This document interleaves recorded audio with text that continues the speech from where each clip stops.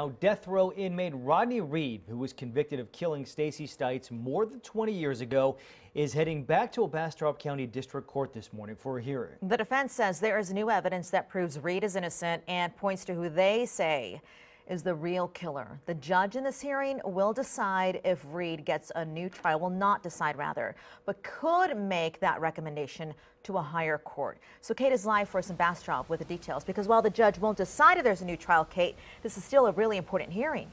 It really is, because it is issuing an opinion to the Criminal Court of Appeals, which would be the ones who ultimately decide whether or not Reed gets a new trial. And all of these years, Rodney Reed has maintained his innocence. But beginning today, his defense team is going to be showing some new evidence that Stacey Stites' former fiance, Jimmy Fennell, gave conflicting information between investigators and what he said to a friend who was a former Bastrop County Sheriff's Deputy, Curtis Davis. Now, it was back on April 23rd of 1996 that Stacey Stites was on her way to her morning shift at the Bastrop HEB, but never made it to work.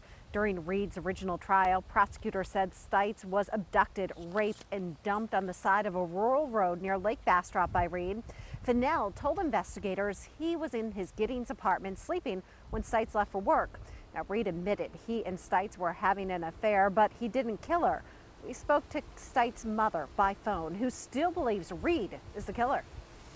And it's not true, because that was not Stacey. And I have listened to them talk about her for 20 years, and I am fed up with it. I am fed up with it more than you'll ever know, because that was not Stacey. We still think that he deserves a new trial and that that should be the outcome of this hearing. But for many of us also, we feel like at this point, his conviction could also just be overturned by the Court of Criminal Appeals. Stacey Stites' mother, Carol, she is expected to take the stand and testify during the hearing, as well as possibly Jimmy Fennell. He was served a bench warrant last week and could wind up appearing here in Bastrop, although he has not been transferred to Bastrop.